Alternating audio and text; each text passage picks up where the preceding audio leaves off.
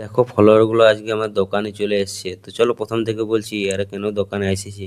তো hey guys, good morning. আজ হচ্ছে 75 হার্ড চ্যালেঞ্জের 12 দিন।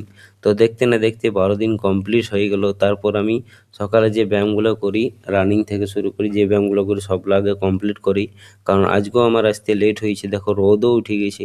তো যাই হোক, একের পর এক যত ব্যায়াম ছিল সব কমপ্লিট করি। তারপর আমি ঘর যাই না, আজকের যে ডাইট ছাতু গুড় আর এই মটরশুঁটি এগুলো খাই নিয়ে আমি দোকানে চলে যাই।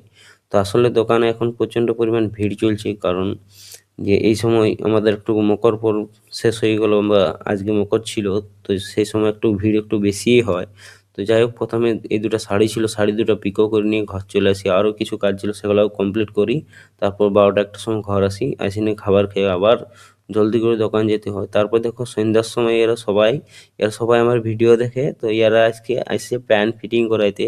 তো দেখো এই প্যান্টগুলো ইয়াদেরই ফিটিং করছি। তো এরা সবাই ভিডিও দেখে জেনেই আমিও একটা ভিডিও ক্লিপ নিয়ে নিলাম ইয়াদের। তো যাই হোক, প্রচণ্ড ঠান্ডা, তো এই ঠান্ডার মাঝেও কাজ করতে হয়েছে। তো যাই হোক, দোকানে কাজ শেষ হয়ে গেল।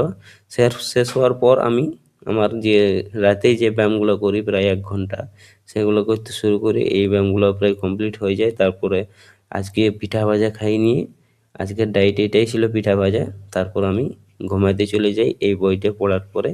আর ভিডিওটা কেমন লাগলো অবশ্যই কমেন্ট করে জানাবে। দেখা হবে নেক্সট ভিডিওতে। Bye bye. সাবস্ক্রাইব।